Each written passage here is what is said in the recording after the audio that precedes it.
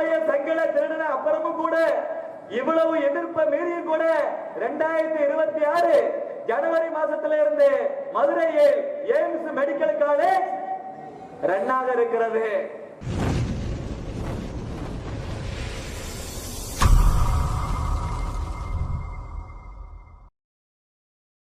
வெறும் 2 எம்பி தான். 1980 வெறும் 2 எம்பி ஜெயிச்சது.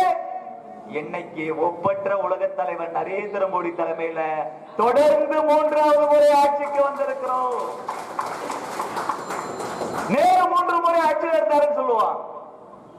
நேரு இருந்தது விடுதலை போராட்ட வீரர்களுக்கு காங்கிரஸ், பெருந்தலைவர் காமராஜர் இருந்த காங்கிரஸ்.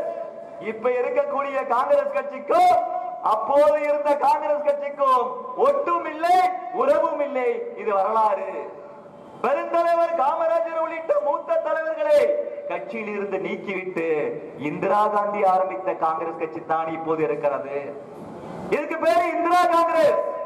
இது பிற்காலத்துல சோனியா தலைமையில இத்தாலி காங்கிரஸாக மாறிவிட்டது. இப்ப ஒரு கோமாளி தலைமையில ஒரு காங்கிரஸ் கட்சி இருக்குது. ராகுல் காந்தி ஒரு கோமாளி தான்.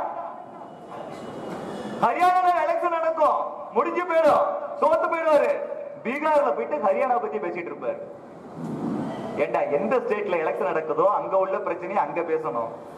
அங்க எலெக்ஷன் முடிஞ்சு போச்சு, நீங்க தோத்தும் போயிட்ட, ஏன் பீகார்ல வந்து பேசுற?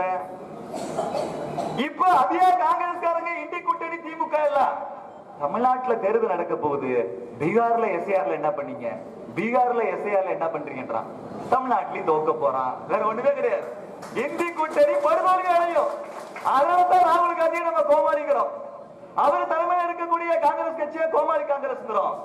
அன்னைக்கு விடுதலை போராட்ட வீரர்கள் எல்லோருமே காங்கிரஸ் கட்சியில இருந்தான். நம்ம தலைவர் டாக்டர் சியாமா பிரசாத் முகர்ஜி கூட மகாத்மா காந்தி அவர்களின் ரெக்கமெண்டேஷன் பேர்ல அமைச்சராக இருந்தார். நேரு எய்ம்ஸ் மெடிக்கல் காலேஜ் கட்டடம் கட்டப்பட்டு விட்டது, நடைமுறைக்கு வர இருக்கிறது. திருட்டு பைய சங்கல திருடின அப்புறமும் கூட இவ்வளவு எதிர்ப்பை மீறியும் கூட 2026 ஜனவரி மாசத்துல இருந்து மதுரையில் எய்ம்ஸ் மெடிக்கல் காலேஜ் ரன்னாக இருக்கிறது. இந்த ஒரு விஷயத்திற்காகவே ஆன்மீக மண்ணான மதுரையோ திருவண்ணாமலையோ ஒட்டுமொத்த தமிழகமோ நரேந்திர மோடிக்கும் அவர் கை காமிக்கிற வேட்பாளர்களுக்கும் ஓட்டு போட வேண்டும். நடக்கத்தான்